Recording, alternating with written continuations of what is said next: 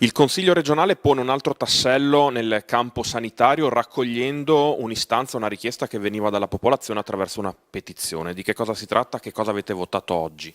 Beh, allora noi dobbiamo partire da 2 anni fa che ci è stata presentata una petizione con 6.500 firme raccolte da tante persone, donne e uomini della nostra regione che soffrono di una malattia che è quella della fibromialgia, cioè una malattia che è invalidante, che crea dolori, disturbi, e abbiamo costruito una proposta di legge che ha 2 obiettivi: uno nei confronti del governo nazionale affinché ci sia il riconoscimento della fibromialgia e anche il riconoscimento dei relativi LEA, quindi l'inserimento nei livelli essenziali di assistenza.